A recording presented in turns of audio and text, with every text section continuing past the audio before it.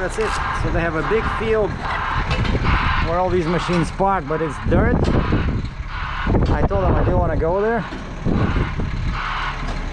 but this guy is pretty good at unloading. And I told him I don't need to disconnect anything. I'm just gonna drive home like this.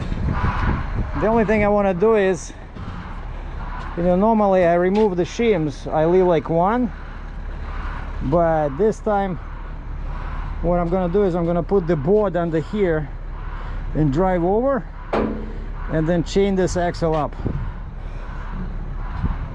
so that only one axle is in the back. This way the booster will not try to oversteer, and I'll use like the lowest position. You see I moved the pin 2, 3, 4, 5, 6, hole 6.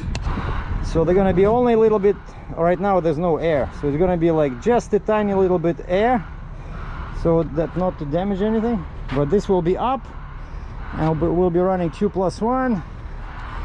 And this is the tire that was on the other side, got damaged when I had that accident in New Jersey, so I might need to change it soon. This one doesn't look too good either, but at least you cannot see the tread. I mean the tread, you know, the inside, those cords. But this one is getting really bad. I might need to replace it. I'll go to Keltai, ask him to get me these. What is this? Ceylon, excellent tire, 18 ply. Just might put it. Oh, actually, wait. You're not supposed to just change one tire. So I don't know. I'll ask him, but I don't want to pay $2,000 again for changing all the tires. And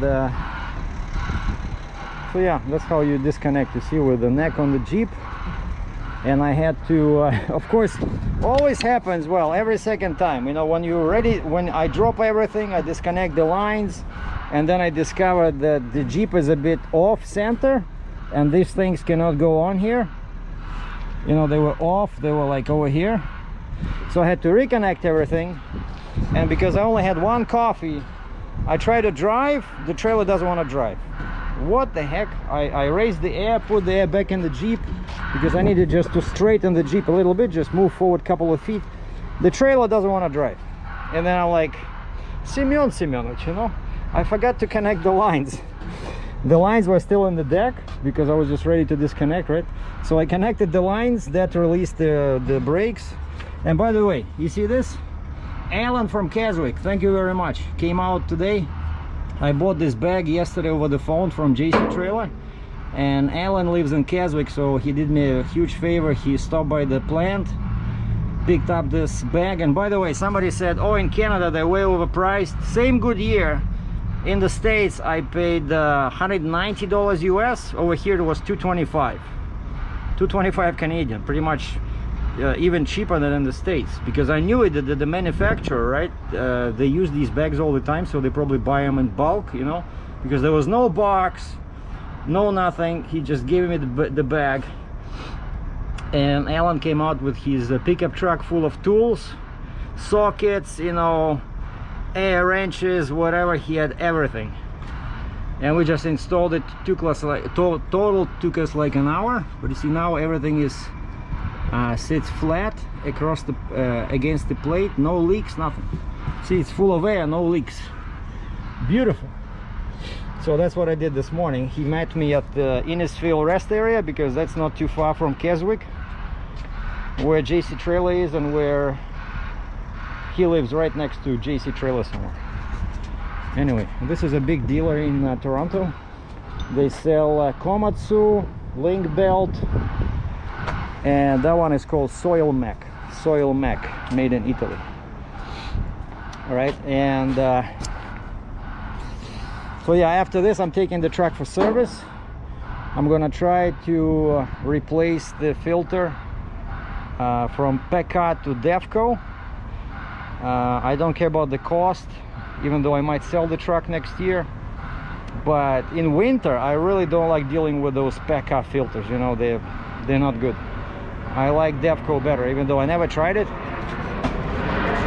I'm We are right next to the airport, Pearson International Airport.